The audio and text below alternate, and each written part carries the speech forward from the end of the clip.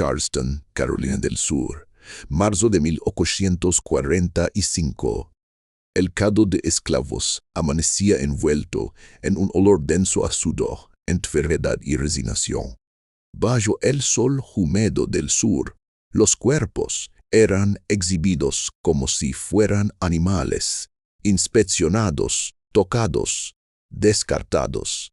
Entre todos ellos había uno que nadie quería mirar demasiado tiempo. Ruth Washington, 19 años, apenas 75 libras de piel pegada a los jevazos. Sostenía un trapo manchado de sangre contra sus labios. Mientras una tos seca le sacudía el pecho. 12 compradores ya la habían rechazado. El subastador, irritado y avergonzado, vallaba el preste con desprecio, como quien intenta deshacerse de mercancía podrida. $800 vale un esclavo sano. Esta por 10. Silencio. Luego risas. Ni regalada la quiero, gritó un granjero corpulento. Esa no llega viva a mi plantación. Nadie imaginaba que estaban mirando a una mujer que, en apenas 15 años, sería reconocida como la primera millonaria negra de Estados Unidos.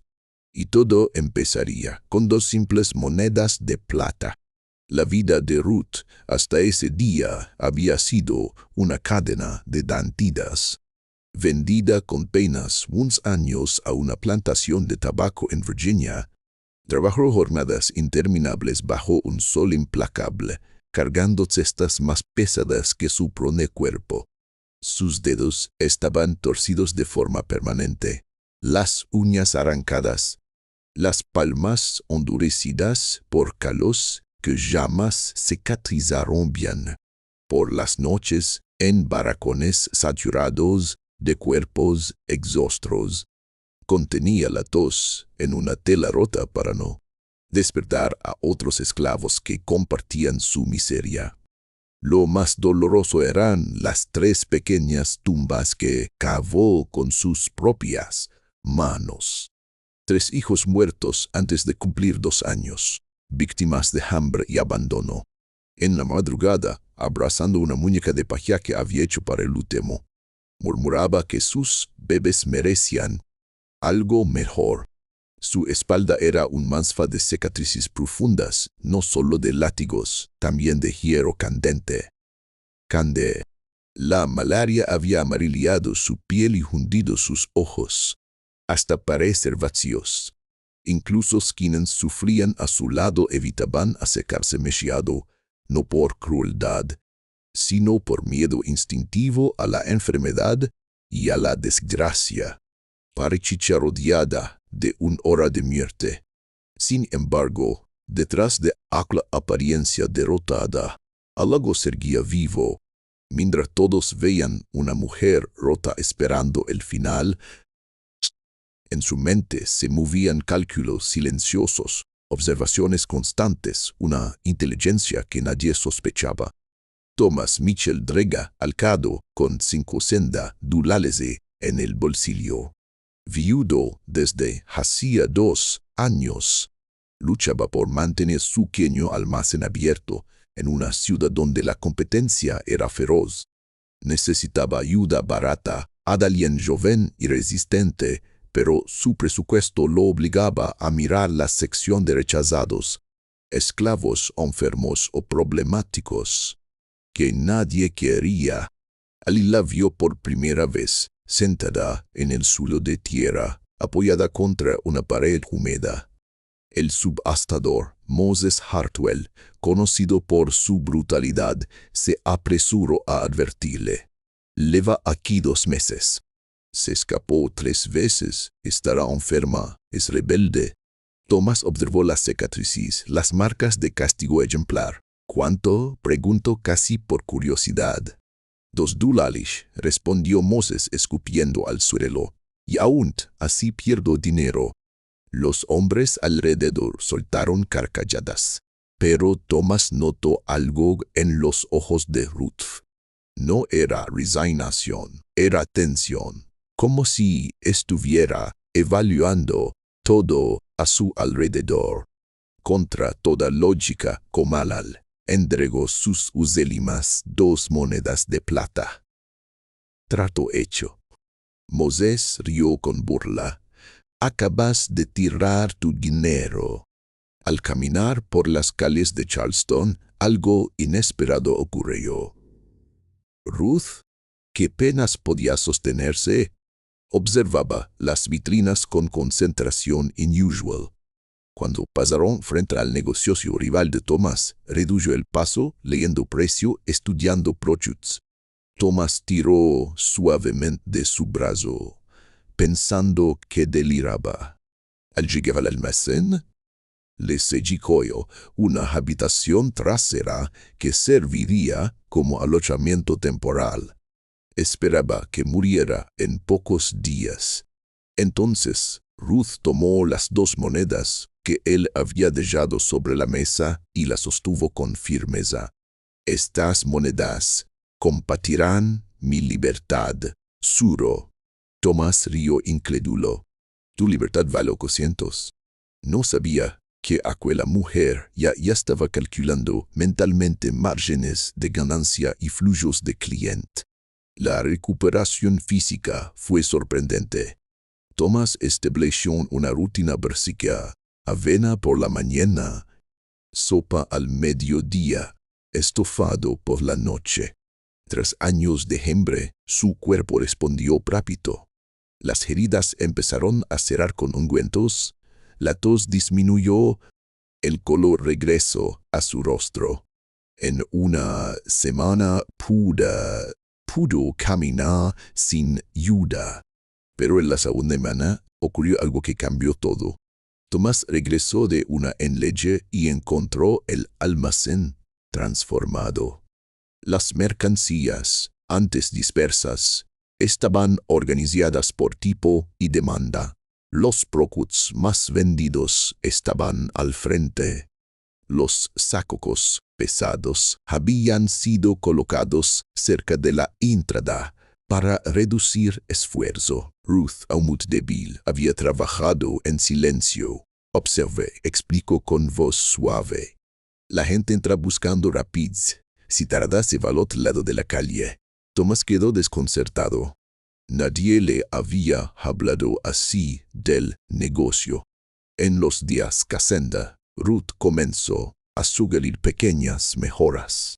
Ajustar en precios según el tráfico, ofrecer descuentos por volumen, anotar preferencias de cliente habituales.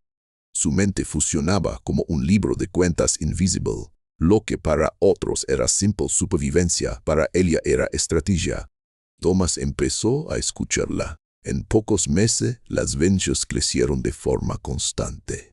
Clientes que antes compraban en la competencia regresaban atraídos por la eficiencia y el trato amable que Ruth promovía.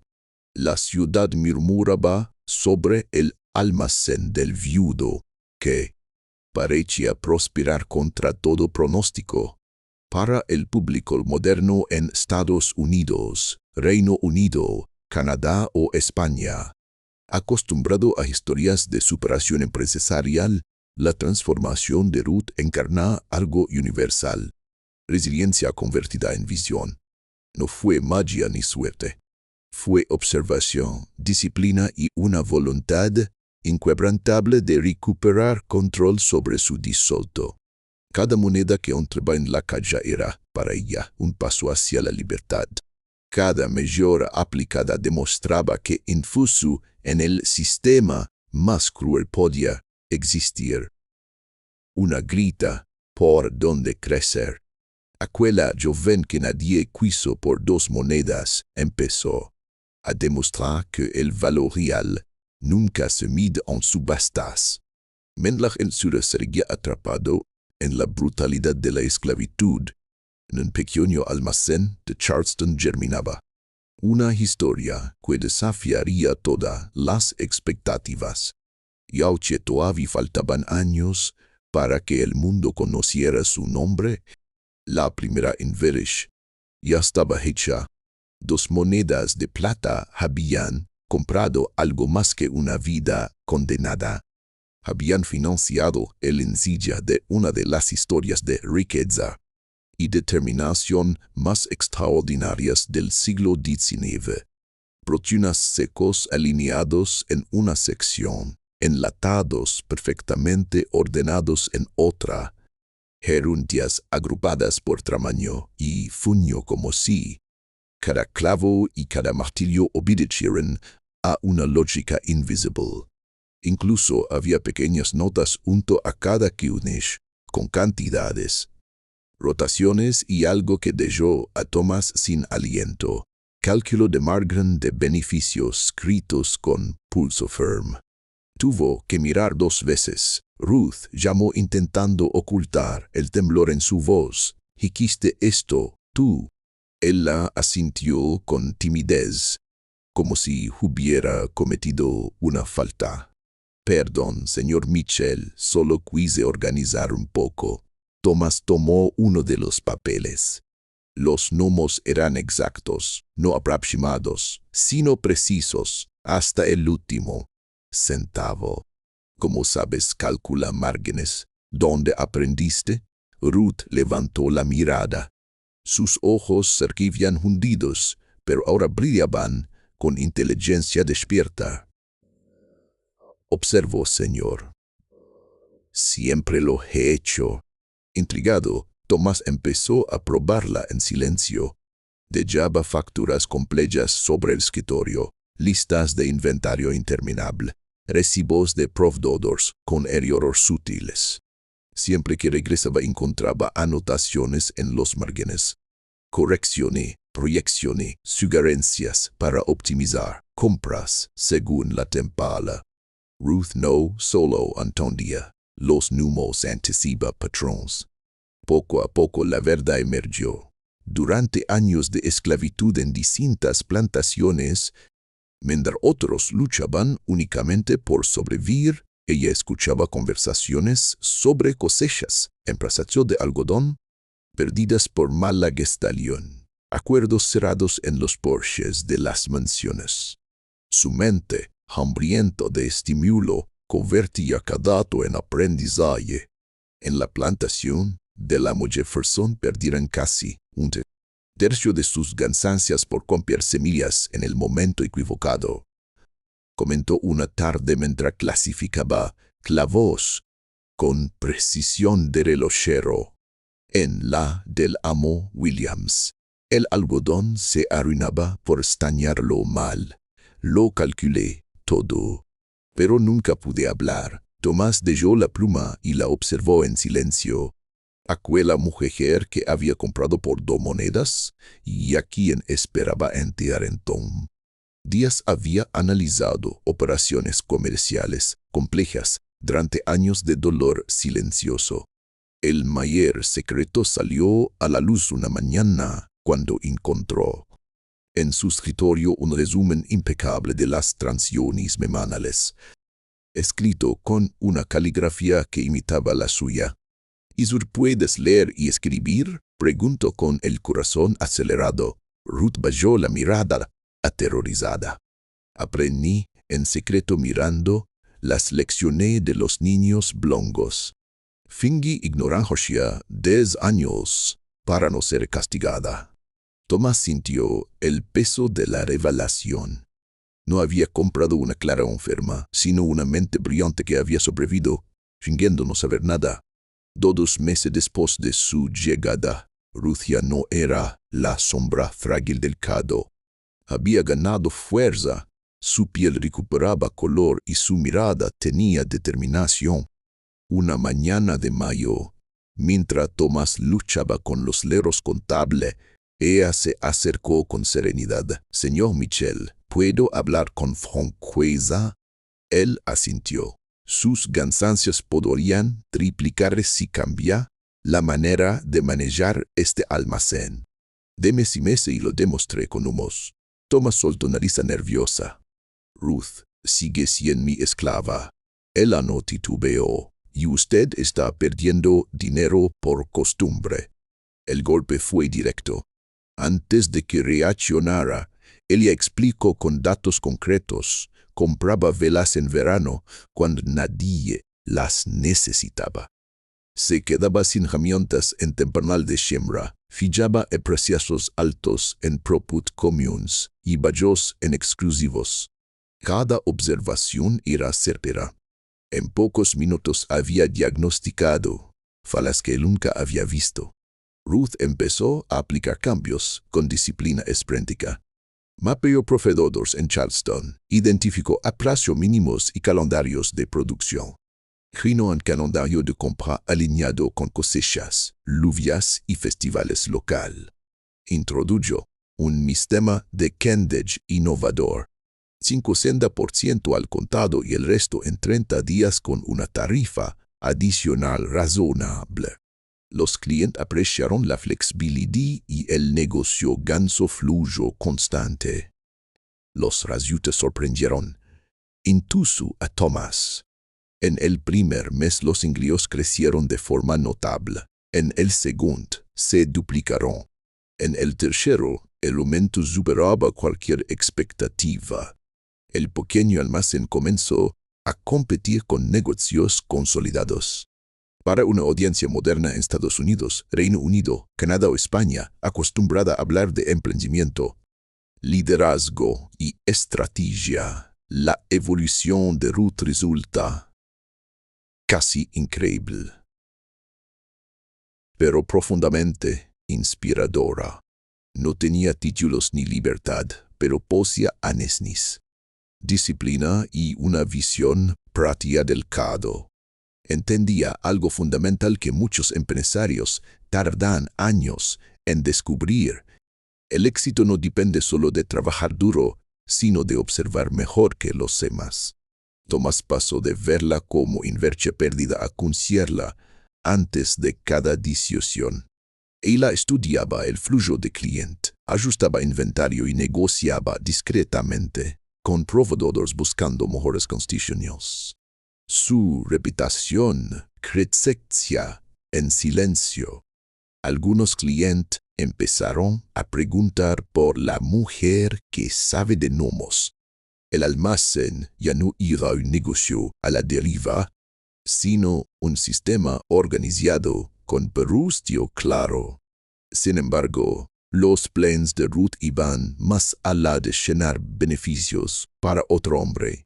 Cada centavo adicional representaba un paso hacia la libertad que había prometido comparar algún día. Y el momento decisivo llega una tarde de junio, cuando acompañó a Thomas a entregar herramientas cerca del campamento militar. Mientras los soldados revisaban mercancía, Ruth observó algo que pocos notaban: la constante demanda de suministros básicos que llegaban tarde y a precios inflados. Vio, por una oportunidad más grande que el almacén. Entendió que el verdadero crecimiento no estaba solo en vender mejor, sino en anticipar necesidades antes que la competencia. De regreso, habló con calma sobre contratos futuros, abastecimiento estable y expansión espréntica. Tomás la escuchaba ahora con respeto genuino. La mujer que nadie quiso por 2 monedas estaba rediseñando un negocio completo con lógica moderna. En un mundo que intentó reducir la mercancía, Ruth demostró que el valor real no se subasta. Su historia no era solo de superación personal, sino de inteligencia aplicada en circunstancias extremas. Para cualquier lector contemporáneo que creía en la fuerza del emprendimiento, la resiliencia y la visión estratégica, su ejemplo resuena con claridad. Porque a veces el mayor activo no es el capital inicial, sino la mente capaz de multiplicarlo. Y Ruth apenas comenzando. Que, mientras Thomas negociaba en precios con un proveedor, Ruth observaba en silencio el mintiendo alrededor del campamento militar. Los soldados confederados caminaban con ansiedad evidente, buscando artículos básicos que en cualquier tienda de Charleston costaban poco, pero que allí se vendían a cifras absurdas. Un joven con uniforme desgastado pagó 50 centavos por una barra de jabón que en el almacén valía 10. Otro entregó casi el doble por una lata de tabaco común. Nadie discutía. No tenían alternativa. De regreso, Ruth rompió el silencio. Señor Mitchell, vio lo que estaban pagando. Tomás asintió distraído. Ella sonrió con una calma espléndica que empezaba a resultarle familiar.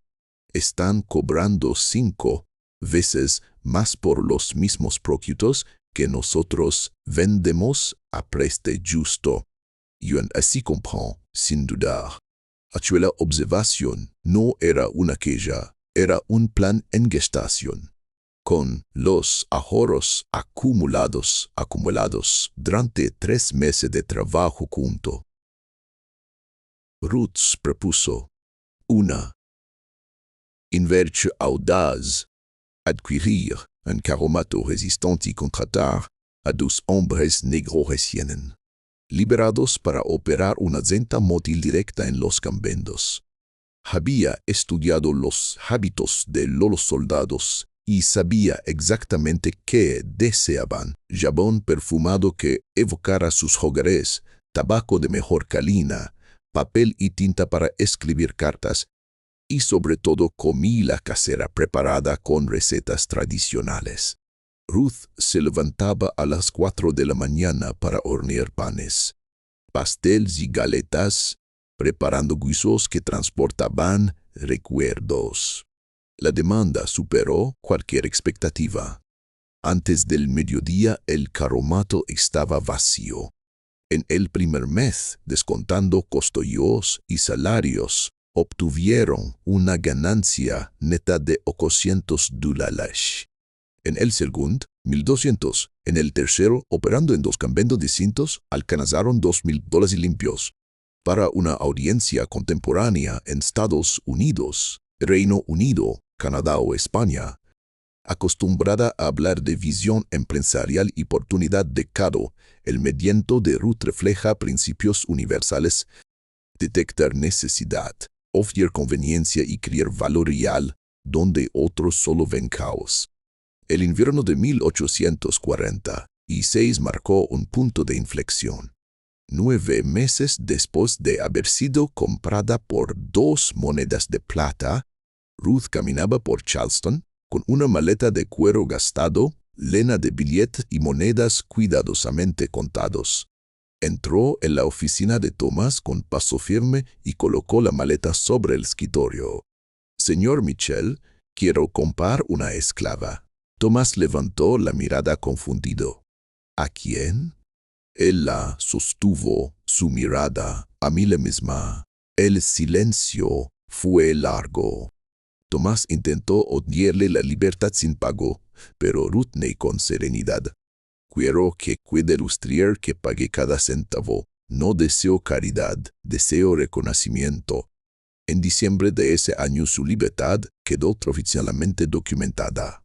Aquella firma no fue un final, sino el comienzo de una ambición contenida durante años. Su centramiento fue crear una cadena de tiendas especializadas distribuidas técnicamente en distintos puntos de Carolina del Sur. Sin embargo, su mayor innovación fue logística. Organizó un sistema de entregas a domicilio que conectaba plantaciones y granjas aisladas con centros de suministro. Los clientes pagaban un 20% adicional por la comodidad, pero ahorraban días de viaje. La eficiencia generó fidelidad. En una sociedad marcada por prejuicios, una mujer negra libre dirigiendo negocios provocaba hostilidad constante. Proveedores blancos se negaban a venderle y bancos rechazaban créditos. Ruth respondió, creando una red discreta de intermediarios legales que gestionaban contratos formales a cambio de honorarios mensuales. No era un sistema ideal, pero le permitió crecer en un entorno adverso. Cuando las tensiones políticas desembocaron en guerra civil, muchos empresarios entraron en pánico. Ruth, en cambio, vio oportunidad. Posicionó su red comercial como proveedor confiable de uniformes, botas y raciones. Aseguró contratos con el ejército confederado, pero en secreto. Procedía intermediarios en otros estados. También suministró mercancía a la Unión. Era una estrategia de alto riesgo que duplicaba exposición y beneficio. Durante los años más caóticos del conflicto, mientras la colonia del sur se desmoronaba, implementó la jugada más audaz de su carrera. Propietarios blancos arruinados comenzaron a vender plantaciones a precios irrisorios. Ruth compró 3 extensiones completas por una fracción de su valor previo. Lo revolucionario no fue solo la adquisición, sino el modo no laboral. Contrató a ex-esclavos obteniendo salarios justos, vivienda adecuada y educación básica para sus hijos. Por primera vez, muchos trabajadores participan voluntariamente en un sistema que respetaba su dignidad. La productividad se disparó. Para 1865, al finalizar la guerra, Ruth Washington controlaba un imperio diversificado, 3 plantaciones productivas, 12 tiendas en 4 estados y más de 200 empleados leales. Su patrimonio neto rondaba los $200,000, colocándola entre el 5% más rico de Carolina del Sur sin importar raza o género. El contraste era impactante. La joven rechazada en un cado por parecer destinada a morir, se había convertido en una figura empresarial de referencia. Incluso antiguos propietarios acudían a su puerta buscando empleo. Su historia no era solo la de una mujer que compró su libertad, sino la de una mente espéntica que entendió algo esencial para cualquier generación. El poder real nace de identificar oportunidades donde otros solo ven crisis. Para lectores modernos interesados en emprendimiento, liderazgo femenino y superación histórica, la trayectoria de Ruth representa un ejemplo temprano de innovación logística, gestión de riesgos y reinversión inteligente. En un stocks brutal, transformó observación en ventura competitiva y discriminación en motivación, pasión. Nunca olvidó las 2 monedas que iniciaron todo. Las conservó como símbolo del valor que nadie quiso reconocer aquel día en Charleston, y ante su riqueza final la ubicó entre las figuras más prósperas de su tiempo. Su legado más profundo fue demostrar que el talento no depende del origen ni del color de la piel. Su imperio no se construyó con privilegios, sino con cálculo, disciplina y una voluntad inquebrantable de definir su propósito. El amo, Robert Hayes, había sido el dueño de la plantación de tabaco donde Ruth Washington casi perdió la vida años atrás. Un hombre frío que veía a los esclavos como herramientas reemplazables y que la vendió convencido de que estaba demasiado débil para sobrevivir. En el otoño de 1865, el Giotto giró con una ironía imposible de ignorar. Ruth inspeccionaba uno de sus campos recién adquiridos cuando vio a un hombre desaliñado acercarse con paso inseguro. Su sombrero estaba gastado, la ropa rota y el orgullo reducido a polvo. Cuando levantó la vista, Ruth reconoció de inmediato aquellos ojos que habían sido origen de tanto sufrimiento. Robert Hayes ahora pedía trabajo con voz quebrada. Señorita Ruth, necesito cualquier empleo, lo que pueda obtenerme. El silencio se extendió como una sombra larga sobre la tierra recién sembrada. Ruth lo observó durante varios minutos que parecieron eternos. Finalmente habló con calma firme. «¿Es mi recuerda, señor Hayes?» Él frunció el ceño intentando descifrar el rostro frente a él.